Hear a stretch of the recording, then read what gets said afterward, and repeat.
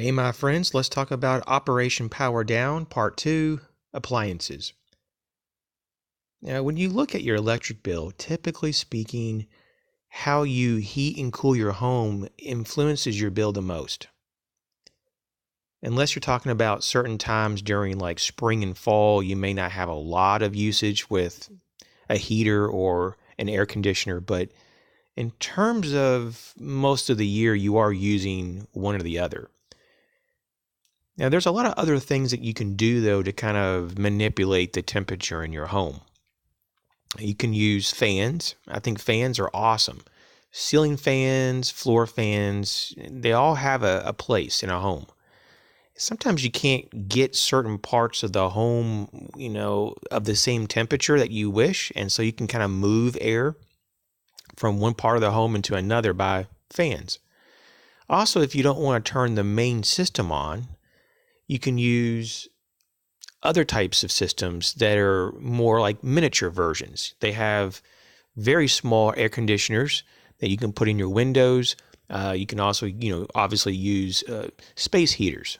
They have very small, efficient space heaters now that do a really good job.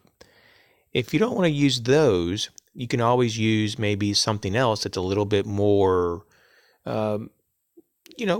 practical for people who have access to materials that can run those devices. For example, if you're trying to find an alternative heating source, maybe you can install a wood stove, and especially if you have a lot of timber on your property.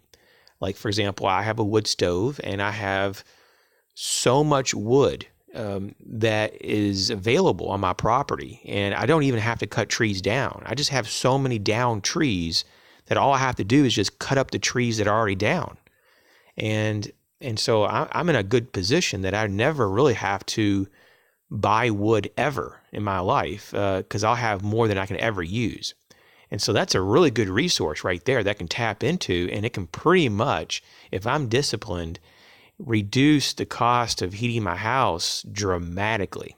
And in fact, I can make it the sole source of heat if I ever need it to be, because it's just that efficient and just that plentiful to have that much wood around. So that's awesome. So what about also your windows and doors? Are they sealed? Also, in terms of your blinds and curtains, do you actually use those to keep whatever the temperature in your home more stable? For example, if it's a really hot day outside and you're trying to keep the house cool, it doesn't make a lot of sense to have all your windows open in terms of like your blinds or your curtains. So don't be afraid to use them. Close them up. If it gets a little bit dark in your home, then it might be cheaper to run a few lights than to have all that sunlight, creating a greenhouse effect in your home. Also, I want to say that when it comes to other types of appliances that we use a lot, we can't forget like the refrigerator and any kind of like standalone freezers. When it comes to freezers, though, for the way I understand it, it's good to keep them clean of excessive ice, for one. And number two is that if you don't have a lot in your freezer, to put a few gallons of water in there and let it freeze. And that will create like a cold sink, just like a heat sink, but a cold sink allows you to be more efficient in the sense that the freezer won't kick on as much. So that's one idea. And for your refrigerator, just be mindful that you don't have it turned up too much. If your food starts to freeze, or if it looks like it's on the verge of freezing, then obviously your refrigerator is just way too cold. I keep my refrigerator around 40 degrees. I think the range that most people keep it at is somewhere between like 37 and 45 degrees. So, but you have to just kind of see what works best for you and the types of food that you put in your refrigerator. But I keep a thermometer in my refrigerator, and I recommend that for everyone. In terms of cooking, it's a lot more efficient with your time and with energy if you cook multiple meals at one time instead of cooking every meal individually. I love to cook, so it's not a problem for me to cook each meal, by itself or individually. But if you can, cook all your meals for the day at one time.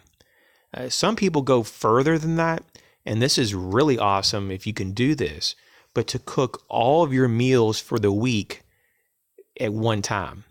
And so what a lot of people do, they set aside a time during the weekend, and they cook all the meals, and then they freeze the ones that they don't need right then and there.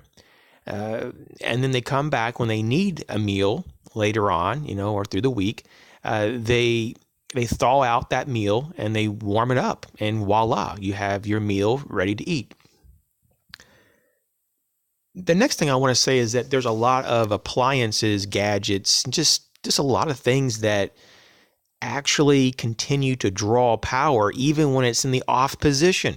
And I didn't know about this until a couple years ago, but to my great surprise, there was a lot of people who looked into this and found that, man, some of the big culprits were like cable boxes, satellite boxes, certain television sets. Not some of the newer ones are not too bad on that. Some of the big flat screens that are like the LED ones and things like that. I've heard that those are pretty good for the most part, but some of them still pull.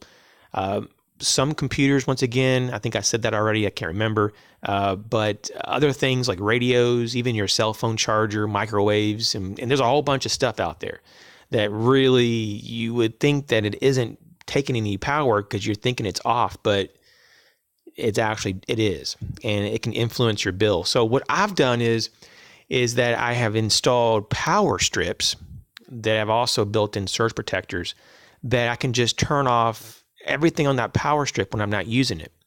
And that to me is a lot more practical than just trying to keep up with unplugging everything at all times. And then when I need it, I have to kind of get down on the ground and try to plug it back in.